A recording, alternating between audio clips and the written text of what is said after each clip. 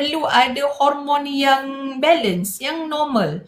Selalunya otak kita ni dia akan menghantar signal untuk penghasilan satu hormon dipanggil prostaglandin lah, supaya dia kecut, relax supaya ni dinding ni turun.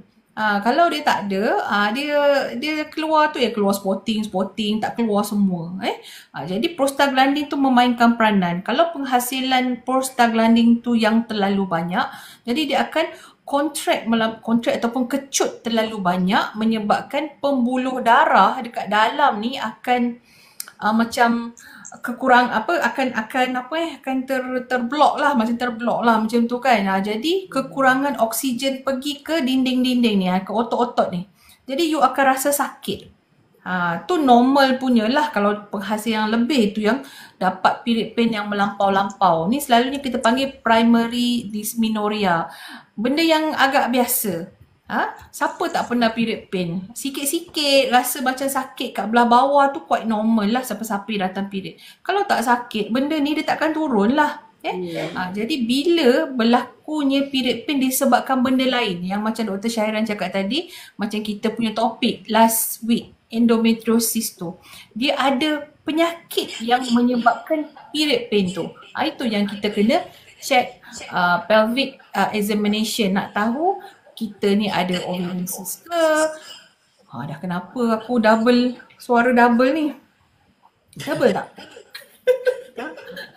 Kenapa ada period pain lah? Adakah ada ovarian cyst ke? Ataupun adakah kita ada fibroid ke? Endometriosis, adenomyosis kan? Kadang-kadang ada pelvic infection ataupun pelvic inflammatory disease. Yang disebabkan daripada STD, sexual transmitted disease. So benda-benda macam tu memang kena buat. Maksudnya dysmenorrhea tu bukan sesuatu benda yang normal je. Ada benda yang kita kena explain dan check. Gitu. Waalaikumsalam. Okay, sila. Nak tambah? Jadi point kita nak bagi tahu adalah tak semua period pain tu normal. Period pain yang normal macam saya kata tadi, bila kita datang first day period, dia pun mula sakit. Lepas tu dia akan berkurang, second day, third day dia pun berkurang. Kemudian darah tu masa datang period pain tu, dia tak terlalu sakit sehingga tak boleh pergi kerja, tak boleh pergi sekolah, kena bergantung dengan painkiller. Itu dah satu tanda yang tak normal. Dan ketiganya, maksudnya period pain tu memang setiap bulan sure datang. Dia dah tahu dah sebelum period tu, dia dah boleh rasa dah period pain tu datang dulu sebelum darah tu. Itu pun tak normal. Sebab period pain yang normal, semakin dia meningkat usia ataupun lepas dia dah mengandung, dia dah bersalin, biasanya period pain tadi yang normal tadi tu akan hilang terus. Dah tak ada dah senggugut. Tapi kalau masa anak dara tak ada, lepas beranak pula ada. Itu tak normal lah. Itu bukan lagi kita kata sebab darah tak boleh nak keluar. Masalahnya dah mengandung, dah bersalin, rahim tu dah kembang sikit. So darah tu senang nak keluar macam yang Dr. Aziah tunjuk tadi. So darah tu dah tak ada masalah. Dia tak adalah saluran tu sempit. Saluran tu dah terbuka sebab dah pernah mengandung, dah pernah bersalin. So sepatutnya perjalanan darah tu mudah. Tak ada isu yang dia nak sangkut flow dia. So itu yang kita nak bagi tahu. So endometriosis ni pula satu penyakit yang tak boleh nak baik. Jadi itu yang kita nak bagi tahu. Endometriosis ni adalah satu keadaan di mana haid tu sepatutnya dia mengalir turun ke bawah sebagai period kan. Tetapi ada yang dia patah balik. Dia masuk dalam tube, jadi tube bengkak. Masuk dalam kilang telur pun bengkak penuh dengan darah period tu. Ada juga darah tu yang akan meresap masuk dalam dinding rahim pula jadi bengkak.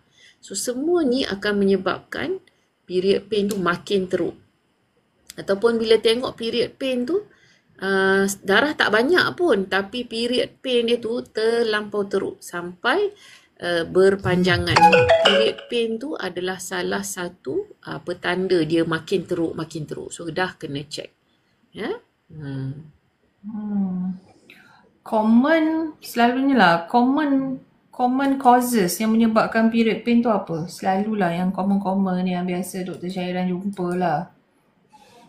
Period pain selalunya memang endometriosis. Top of the list. Memang endometriosis. Sebab endometriosis ni dia satu penyakit yang mengganggu semua kan. Dia dekat rahim tu jadi bengkak. Dekat tube tu jadi bengkak. Lepas tu dia akan keluar pula duduk belakang rahim. Jadi lekat-lekat belakang rahim. So, petanda dia bila scan tu nampak rahim ke belakang. Orang kata rahim jatuh. So, rahim jatuh ni sebenarnya bukan pasal dia angkat berat. Tetapi salah satu tanda awal endometriosis tu. Jadi itulah yang kena take note. Kalau doktor kata, oh tak ada apa ni scan ni rahim ke belakang je, tak ada apa. So tak ada cyst, tak ada fibroid. Cuma rahim ke belakang je. Dia bukan cuma. Rahim ke belakang tu sebenarnya adalah tanda-tanda awal endometriosis. Tu sebab kalau you all ada anak perempuan kan, diorang dah start ada period pain yang sangat teruk. Saya pernah jumpa pasien saya sampai muntah, sampai rasa nak pengsan, yang nak pengsan tak boleh bangun. Itu dia punya landmark lah. Kalau sakit sikit-sikit kan, makan ubat okey, aktiviti, quality of life dia sama, boleh pergi sekolah, boleh pergi kerja. Tu okey, tapi kalau yang teruk sangat, kena check untuk dapatkan rawatan awal. Kita tak nak nanti kalau dia kahwin ada masalah. Masalah kesuburan lah. Kita kahwin of course nak anak kan. So yang menjadi concern kita adalah kesuburan. Okey, dah bertalu-talu pula soalan ni Dr. Azia. Okey. Tak terjawab nanti tak ada.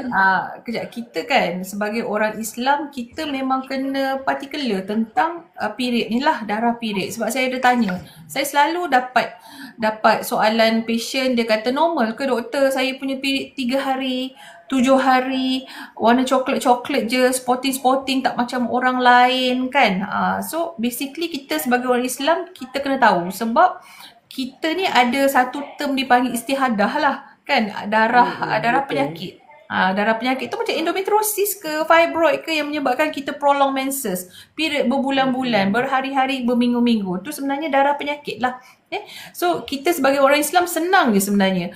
Kalau dia lebih daripada 24 jam pengaliran darah tu, dia adalah period 24 jam. Tak kira lah awak, kalau memang awak jenis 3 hari 4 hari, daripada dulu pun saya 3 hari 4 hari, so itu normal lah untuk awak kan.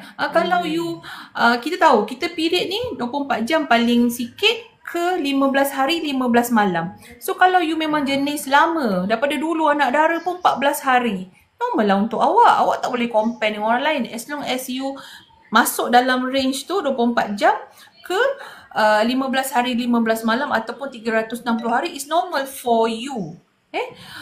Jadi kena tahu pula, dah jadi ustazah pula aku ni, ciri-ciri darah tu sendiri. Sebab benda ni penting tau. Sebab kita mungkin kena qada puasa, kita kena mungkin qada kita punya solat kan.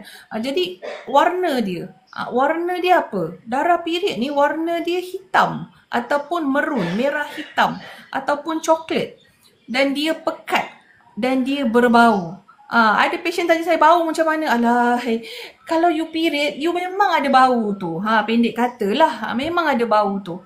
So kalau dia tidak menepati ciri-ciri tu, dia mungkin bukan period lah, dia complicated lah. Tapi basically saya tengok ada orang tanya, doktor saya period ni brown-brown je ke? Normal ke tak? Mungkin normal, mungkin tak normal. That's why kena check. Kita tak boleh anggap normal. Saya pun tak boleh nak jawab normal ke tak normal. Lepas saya check semua, tak ada masalah pada dinding rahim, tak ada masalah dengan ovary anda, mungkin saya kata normal. Okay.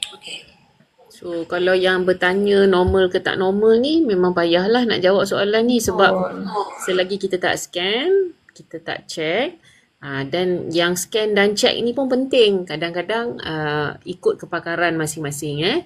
So kalau yang betul-betul tahu detail macam mana nak buat scan, macam mana nak check dekat bawah, buat pemeriksaan spekulum kita kata, buat pap smear, semua ni nak tengok pangkal rahim tu macam mana. Semua ni sangat penting sebelum kita kata oh ini normal. So sudah tentunya tak boleh nak jawab lah dalam TikTok ni tu normal ke tak normal. Tetapi kalau berlainan je daripada cycle yang biasa, maka itu tak normal. Maksudnya macam Dr. Azia kata tadi, kalau dah biasa 14 hari, tiba-tiba dia jadi 18 hari. Okey, itu tak normal. Walaupun dia tak sakit, walaupun dia tak banyak, tetapi dah di luar normal cycle tu, maka kena check. Ya, okey. Ni saya ada endometriosis dah hampir 2 bulan, darah tak berhenti. Makan ubat hormon, mungkin dah jumpa doktor lah kot. Dan slow darah tapi tetap sama. Ya, kena find out lah puan sebab saya tak boleh nak jawab untuk doktor tu. Dan scan nak tengok kat mana masalah tu. Kalau dah ambil ubat hormon sepatutnya memang berhenti. Bila tak berhenti kita takut sama ada diagnosis tu salah ataupun ada benda di sebaliknya bukan endometriosis. So kena check lah. Saya sendiri masa saya dekat klinik kesihatan, saya rasa saya boleh kira buat spekulum. Tapi sebenarnya spekulum tu sangat-sangat membantu kita. Contoh ada yang tanya kan, lepas bersama keluar darah, lepas bersama keluar darah. Bila saya buka, kan bila kat klinik sendiri ni rajin lah kan, rajin dia tu tiba-tiba datang. Selalunya sebelum scan saya akan buat spekulum dulu. Surprisingly macam-macam benda kita jumpa. Saya jumpa polyps lagi banyak masa saya ada klinik sendiri berbanding saya kat klinik kesihatan. Siap saya buang lagi. Ada patient saya buang tau, last 2 months. Hari ni datang pregnant dah. Sebab ada cervical polyps. Saya dah tarik dia. Tadi datang pregnant dah 6 minggu. Tu sebab dia lah. Maksudnya kita bukan setakat buat scan. Kita kena tengok dulu daripada bahagian faraj ni, dan yang paling penting ni cervix ni, mulut kepada rahim. Ada polyps tak? Ada infection ke tidak? Ada ciri-ciri kekanseran ke tidak? Tu paling kita risau jugalah. Infection tak apa, kita boleh rawat. Tapi kalau pre-cancerous ke, cancer ke, itu yang paling penting kita nak tahulah. Dia bukan semudah normal, tak normal, dia ubat hormon, kita expect dia berhenti. Saya nak jawab sikit soalan ni sebab user 2468 doktor, normal tak lepas bersama keluar darah? Dah 2 kali terjadi, sebelum ni keluar lendir campur darah.